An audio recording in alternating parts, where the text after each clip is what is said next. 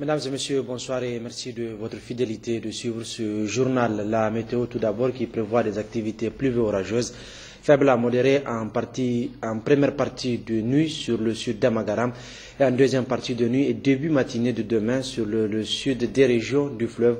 C'est dans une présentation de Kachalou Lawangaptia.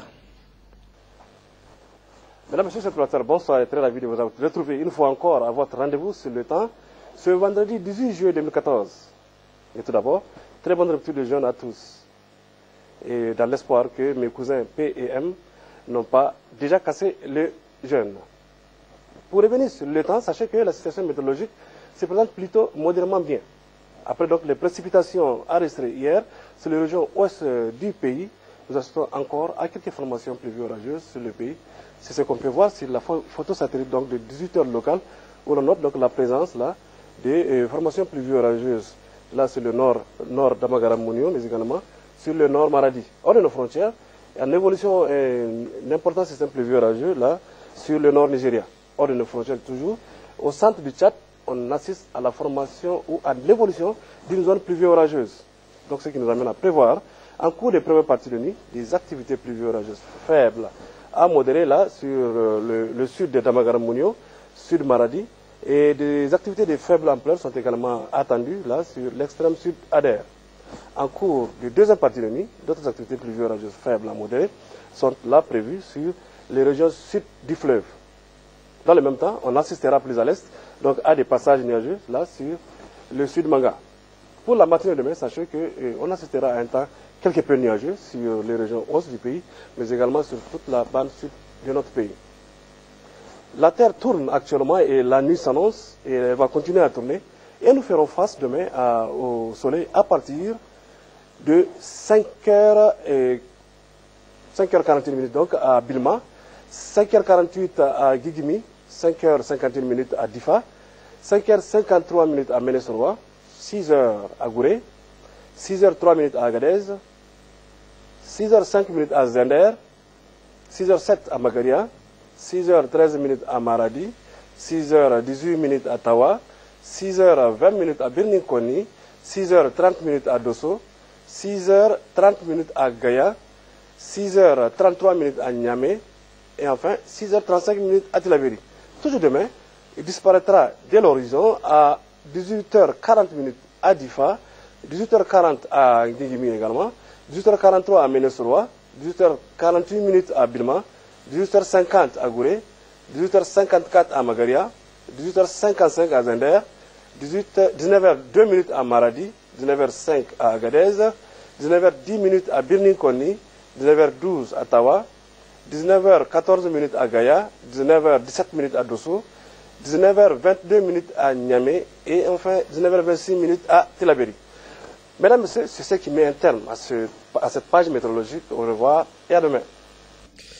En visite de 72 heures dans les pays du Sahel, le président français était en Côte d'Ivoire et au Niger et se rendra au Tchad. Visite officielle économique et sécuritaire à Niamey, arrivée ce matin du 18 juillet 2014. François Hollande, accompagné par une forte délégation, a été accueilli à l'aéroport Diori Hamani de Niamey par le président de la République, chef de l'État, Issoufou Mahamadou. Honneurs militaires et salutations avec les présidents des institutions de la République, les membres du gouvernement. Bref, un accueil de grand jour, riche en couleurs et animations reflétant la culture nigérienne. Les manifestations.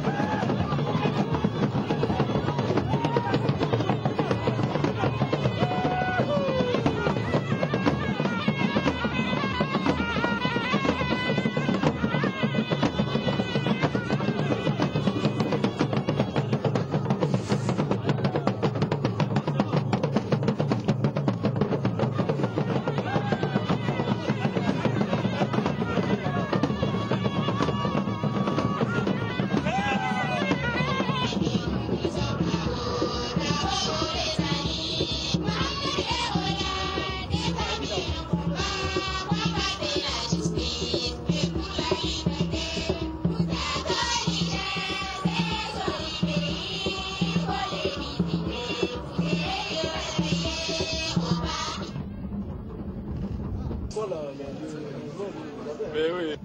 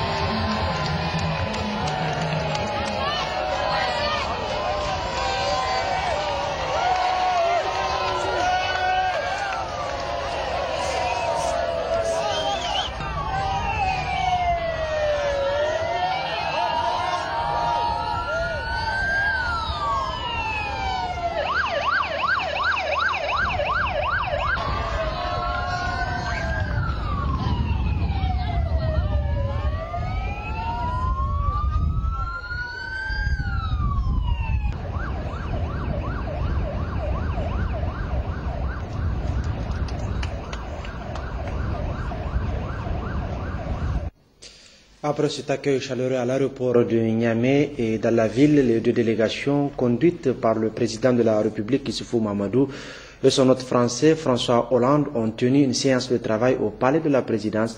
La réunion qui a porté sur le renforcement de la coopération entre la France et le Niger a eu lieu dans la salle du Conseil des ministres, co-présidée par les deux chefs d'État, Moussa Haya, Sani Soufou et Tahirou Hassan. La visite d'État du président français François Hollande au Niger a une double motivation. Il s'agit d'abord de sceller un partenariat durable pour poursuivre le combat commun mené depuis plus de 2 ans par les deux chefs d'État avec une vision commune et un engagement exemplaire, c'est celui de la lutte contre l'insécurité au Sahel. Ensuite, l'autre objectif est celui de renforcer les relations entre les deux États qui par ailleurs étaient déjà bonnes pendant plus d'un demi-siècle. Mais avant de les évoquer, à l'ouverture de la séance de travail entre les deux délégations, le président français a d'abord exprimé toute sa gratitude à l'ami personnel Issoufou, mais aussi au peuple nigérien dont la chaleur de l'accueil ne pouvait laisser indifférent. Je veux d'abord vous exprimer ma gratitude pour l'accueil qui m'a été réservé, ainsi qu'à ma délégation depuis le début de mon voyage ici, cette visite d'État au Niger. J'avais le sentiment que toute la population de Niamey était venue à notre rencontre. Beaucoup d'enfants, beaucoup de familles, et c'était très touchant. Nous sommes des amis depuis longtemps, et je n'oublie pas le soutien que vous m'aviez vous-même apporté lorsque je n'étais pas encore président de la République, et ça a créé entre nous une solidarité sans faille. Je veux aussi souligner combien depuis 2 ans nous avons travaillé ensemble pour les questions de développement, pour une certaine image de la relation entre l'Afrique et l'Europe, mais aussi pour affronter des menaces. Vous avez été parmi les premiers, pour ne pas dire le premier, à manifester votre soutien pour l'opération que nous avions engagée au Mali. Et le Niger a participé lui-même, avec nous, à la libération du Nord Mali et notamment de la région de Gao. Et je voulais une fois encore vous en porter témoignage pour la reconnaissance qui est la nôtre de ce que vous avez fait.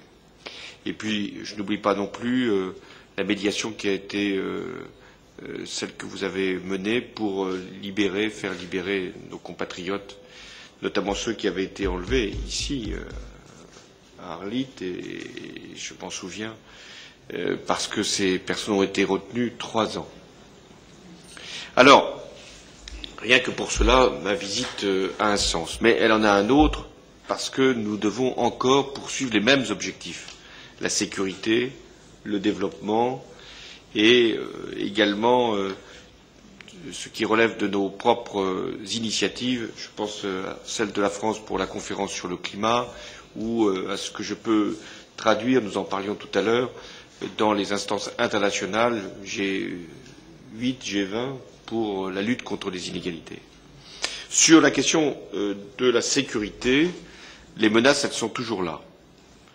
Au Mali, nous avons eu, c'est vrai, encore dans le secteur de Gao, une attaque suicide, mais les groupes terroristes sont quand même en recul. On leur a porté des coups, et le dialogue qui est engagé à Alger en ce moment permettra d'intégrer les groupes qui n'ont jamais participé aux actions terroristes et doivent à un moment déposer les armes pour faire vivre aussi la démocratie dans des droits qui doivent être reconnus à cette partie-là du territoire malien. D'autres menaces se sont depuis, hélas, renforcées. Est-ce que vous dites, Monsieur le Président, de la situation en Libye, en Sud-Libye notamment, et nous avons déclaré notre disponibilité, ça sera dans le cadre de l'opération Barkhane, pour accompagner aussi le Niger et pour faire en sorte que nous puissions nous coordonner, aussi bien sur le plan du renseignement que sur le plan de possibles interventions. Et nos 2 ministres de la Défense ont commencé à travailler. Dès lors que nous avons à peu près 300 militaires français qui sont présents ici au Niger, et ces militaires sont là que pour accompagner, que pour former, que pour éventuellement intervenir lorsqu'il y a une menace qui se confirme dans la sous-région.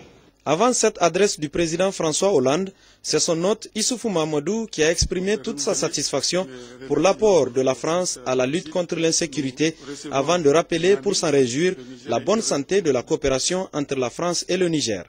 Cette visite, je crois, est une occasion pour célébrer l'excellence des relations entre le Niger et la France. L'excellence de ces relations, je crois, peut se constater à travers l'identité de vue que nous partageons sur beaucoup de sujets, en particulier sur les questions de sécurité et les questions de développement. Nous avons, au mois de novembre dernier, signé un document cadre de partenariat. Dans ce document cadre, il est prévu que la France continue à intervenir dans des secteurs prioritaires pour le développement économique et social du Niger, pour le développement durable, premier axe, avec l'intervention dans le secteur de l'eau, dans le secteur de l'assainissement, dans le secteur de l'énergie, dans le soutien au secteur privé. Au niveau du développement humain, c'est le deuxième axe de cet accord de partenariat, avec les interventions dans le cadre de l'éducation, de la formation professionnelle, de l'enseignement supérieur, de la recherche et de la santé. Ensuite, il y a la sécurité alimentaire et le développement rural, le soutien au programme de Kandaji, l'aide alimentaire également. Enfin, il y a également le soutien à la stabilité et à la sécurité. Il y a un soutien dans la gestion des finances publiques, au niveau de la sécurité, on retrouve la sécurité là également, au niveau de la justice, au niveau de la décentralisation et un soutien à la société civile. Tous ces axes rentrent dans le cadre des priorités qui sont les nôtres et qu'on est en train de mettre en œuvre dans le cadre du programme de Renaissance sur la base duquel j'ai été élu. Donc je profite pour vous en remercier. Au-delà de la relation entre les deux États, le président de la République Issoufou Mahamadou a émis le vœu de voir une plus grande affluence d'investisseurs privés français au Niger, surtout qu'actuellement le Niger a créé de meilleures conditions pour cela. Aussi, tout en se réjouissant de la nouvelle convention de partenariat Niger-Areva, plus favorable à notre pays, le chef de l'État Issoufou Mahamadou n'a pas manqué de déplorer la faiblesse des recettes du secteur de l'uranium en comparaison à celui du pétrole. Nous avons commencé à produire un peu de pétrole depuis 2011 et c'est 20 000 barils par jour pour l'instant, raffinés. Ça permet de couvrir les besoins nationaux et même d'exporter. Mais déjà, avec 20 000 barils, c'est ce que je disais tout à l'heure, on a autant de recettes du pétrole que du secteur de l'uranium. Sinon même plus de recettes qu'à partir du secteur de l'uranium. Bon. C'est pour cela que j'ai dit souvent, il y a une injustice qui est faite à l'uranium. À la base, la valeur calorifique de l'uranium n'a jamais été reflétée dans les prix de l'uranium par rapport en tout cas au pétrole. Donc avec le pétrole, je pense qu'on a une occasion de soutenir un taux de croissance assez important, surtout qu'à partir de 2016, nous allons passer de 20 000 barils par jour à 80 000 barils.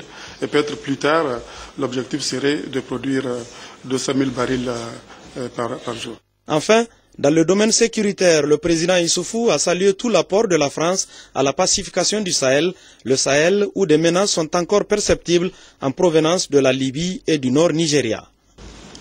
Nous partageons les mêmes analyses et nous travaillons la main dans la main pour faire face aux menaces auxquelles sont exposés les pays de la région sahélo-saharienne. Pour exemple, je peux citer le Mali, où vous avez engagé une opération courageuse, l'opération Serval, qui a donné d'excellents résultats. Je peux aussi citer l'exemple du Nigeria, où il y a quelques semaines, on était autour de vous pour réfléchir sur comment faire face à la menace que représente Boko Haram. Les décisions importantes ont été arrêtées à Paris à cette occasion. Ces décisions sont en train d'être mises en œuvre par les pays concernés, le Cameroun, le Tchad, le Nigeria et le Niger. On a beaucoup progressé dans la mise en place de la mutualisation des capacités de renseignement. Au niveau opérationnel également, nous coopérons beaucoup entre les différents pays. On a vu d'ailleurs au niveau du Cameroun, les choses ont beaucoup changé depuis la réunion de Paris. Ensuite, je ne peux pas ne pas parler de la Libye. La Libye où la situation malheureusement se dégrade. Et les pays voisins de la Libye sont en train de prendre des initiatives. Mais au-delà de ces pays, je pense que la communauté internationale doit être au chevet de la Libye. Le service après-vente, comme j'ai coutume de le dire, qui n'a pas été fait après l'intervention contre Kadhafi, ce service après-vente doit nécessairement être fait. Et peut-être même qu'il faut une mission des Nations Unies pour la Libye. Et d'ailleurs, de plus en plus de voix s'élèvent à Libye même pour demander une mission des Nations Unies, comme c'est le cas au Mali, comme c'est le cas ailleurs. L'autre temps fort de cette séance de travail entre les deux délégations a été la signature de 6 conventions de coopération, à savoir une convention sur l'initiative santé, une convention relative à l'éducation, une sur l'élevage, une autre sur la sécurité alimentaire et 2 conventions sur l'énergie. Cette séance a pris fin sur une cérémonie protocolaire de présentation de cadeaux et d'échange de décorations entre les 2 chefs d'État, notamment Grand Croix de l'Ordre national du Niger pour le président François Hollande et Grand Croix de l'Ordre de la Légion d'honneur pour le président Issoufou Mahamadou. Restons au palais de la présidence où les 2 chefs d'État, le président de la République Issoufou Mahamadou et son hôte français François Hollande, ont animé ensemble une conférence de presse, la sécurité au Sahel, le développement des relations d'amitié entre le Niger et la France, les liens économiques, l'opération Barkhane et la convention minière stratégique entre Areva et le Niger sont les différents sujets évoqués face à la presse nationale et internationale. Nous y reviendrons en partie magazine de ce journal, la conférence de presse dans son intégralité. Toujours dans le cadre de la visite officielle du président français, les 2 chefs d'État ont ensemble effectué 2 visites au niveau des sociétés de partenariat privé franco-nigérien. François Hollande et Issoufou Mahamadou étaient sur le site de la société de transformation alimentaire STA et à la société d'exploitation des eaux du Niger, celle notamment à l'usine de traitement d'eau de Goudel. Ouattara Moussa, Sani Issoufou et Tahirou Hassan. La visite d'État du président de la République française au Niger ne s'est pas seulement limitée à l'aspect sécuritaire dans le Sahel, principal point au programme de l'étape Niger de la tournée de François Hollande dans 3 pays africains.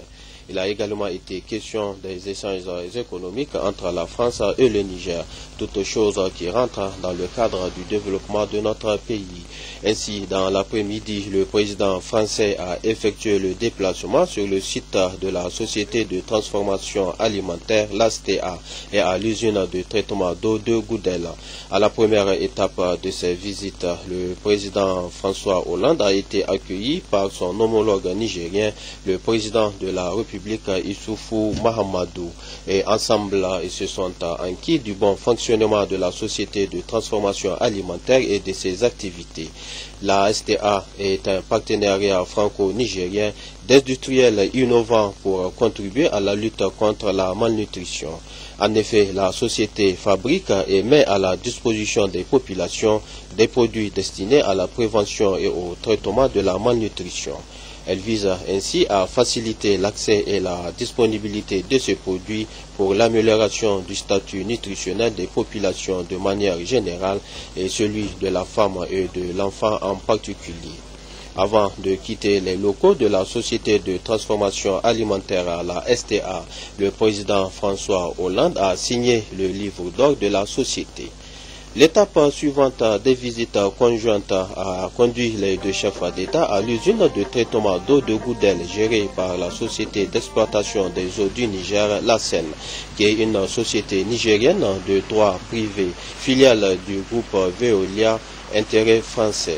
Cette société a en charge l'exploitation par affermage du service public de l'eau potable sur l'ensemble du territoire nigérien à travers ces 54 centres urbains et semi-urbains depuis 2001. grâce aux travaux confiés à la Seine et réalisés dans le cadre du financement du programme sectoriel eau, il a été possible d'atteindre un niveau de performance jusque-là inégalé au Niger en termes d'infrastructures de production et de distribution d'eau.